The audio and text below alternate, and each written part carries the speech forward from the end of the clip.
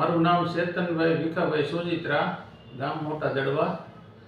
મારે કમરની બહુ તકલીફ હતી. 6 મહિના છેલ્લા 6 મહિનાથી તો હું હાલી ચાલી નહોતો શકતો અને ઊભો નહોતો રહી શકતો. પગ બે હાવ ખોટા જ પડી ગયા હતા.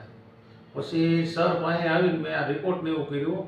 એટલે સરે એવું કીધું રિપોર્ટ જોઈને કે આ તમારે મણકામાંથી ગાદી ખસી ગઈ છે અને એનું આ એન્ડોસ્કોપી સર્જરીથી ઓપરેશન થાય. અને મેં ઓપરેશન કરાવ્યું અને આજ 7 દિવસ થયા.